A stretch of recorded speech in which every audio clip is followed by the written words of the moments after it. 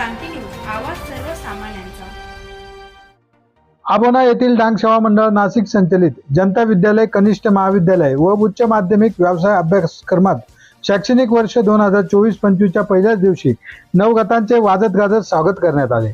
शालेय प्रवेशद्वारावर नवगतांना गुलाब पुष्प देऊन खाऊचे वाटप करण्यात आले। लेझिम पथकाच्या वाद्यवृंदाने शालेय ग्रंथालयापर्यंत सर्व नवगतांची वाजत गाजत मिरवणूक काढण्यात आली।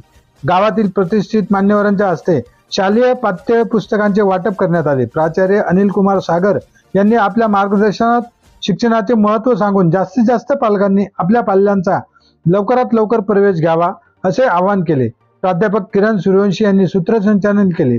यावेळी चंद्रशेखर जोशी, शिरीष शहा, सुभाष शहा, पर्यवेक्षक सुनील दात्रक, प्राध्यापक ज्ञानेश्वर आहेर, शांताराम महाले, दिलीप सावकार, राजेंद्र आहिरे, ग्रंथपाल निंबा पगार, सुरेखा मराठे, परिसरातील पालक व विद्यार्थी मोठ्या संख्येने या कार्यक्रमासाठी उपस्थित होते।